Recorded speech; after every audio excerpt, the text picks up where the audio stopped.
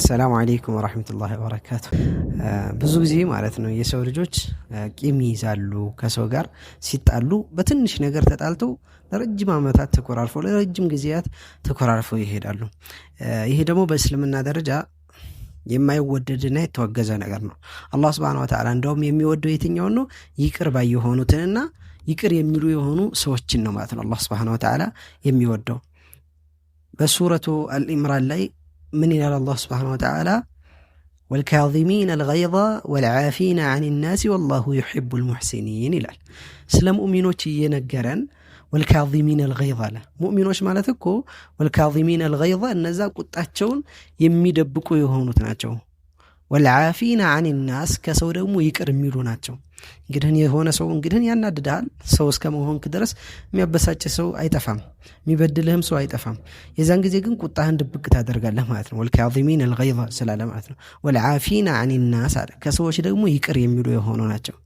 والله يحب المحسنين አላህ ደግሞ አሳማሪ የሆኑ ባሪያዎቹን ይወዳል ማለት ነው ሶስት ደረጃ ነው ያለው አሁን ዝጋ በሚያሳየን መልኩ ማለት ነው የመጀመሪያው ቁጣችንን መደበቅ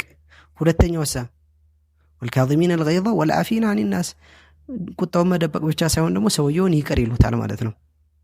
ያንን የበደላቸውን ሰው ለአላህ ብዬ አፉ ብዬሃለሁ ብሎ ይተውለታል ማለት ነው والله يحب المحسنين አለ አላህ ደግሞ አሳማሪዎችን ይወዳል ይሄ ደግሞ ምን ማለት ነው አንድ ጊዜ የተከሰተ ነገር አለ በታቢዒዎች ዘመን የሁሰይን ኢብኑ አሊ ልጅ የሆኑት አሊ ኢብኑ አልሁሰይን ረዲየላሁ ዐንሁ ምን ይፈጠራል እነሱ ጋር ቁጭ ብለው ባሉበት ሰዓት አንድ ቀን ገደም ብለው ባሉበት ሰዓት ላይ አገልጋያቸው በእነሱ አጠገብ ታልፋለች ከዛ ስታልፍ የፈላ ውሃ ድንገት ይዛ ስለነበረ እነሱ ላይ ይደፋባቸዋል ከዛ እነሱ ላይ ሲደፋባቸው እሷም በጣም ተደነግጥና ምን ትላቸዋለች والكاظمين الغيظ ትላቸዋለች ሙእሚን ማለት እኮ ቁጣቸውን የሚደብቁት ናቸው ስትላቸው እነሱ ምን አሉ ካظمቱ غيظي ያሉ ቁጣዬን ደብቄያለሁኝ ንዴቴን ደብቄያለሁ አልቆጣሽም አብሽር አላት አሁን ካልተቆጣኝ ኋላ ልትቆጣኝ ነው ብላ ፈርታ ደግሞ ምን አለች ወላዓፊና عن الناس አለች ከሰው ይቅር የሚሉት ናቸው አለች አፈውተ አንኪ አሏት ይቅር ብያለሁ አላት ከዛ መጨረሻ ላይ ምን አለች እሷ والله يحب المحسنين አላህ አሳማሪ የሆኑ ባሪያዎቹን ይወዳል አለቻቸው ከዛ እንደዚህ ስትላቸው እነሱም ምን አሉ ለአላህ Subhanahu Wa Ta'ala ስል ሁር ብዬሻለሁ አንቺ ከዚህ በኋላ ነፃ ጨዋ ነሽ አሏት ማለት ነው ስለዚህ